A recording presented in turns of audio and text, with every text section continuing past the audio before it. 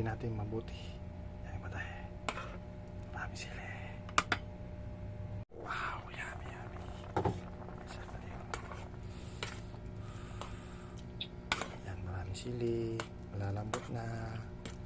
Yan, gusto ko marami sabaw para matagal-tagal to.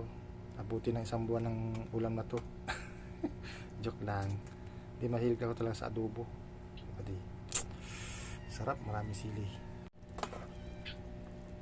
Sibuyas. Yan, sibuyas, kamatis. Ay, sibuyas, sili, saka yung pampalasa, yung basta yun na yun. Bangit. Okay. Medyo malapit nang maluto to. Sarap naman. Minsan magluto tayo ng pagsahod. Kasahod naman tayo kakain tayo ng masarap na ulam. Tipid pa. Yan o. Yummy yummy.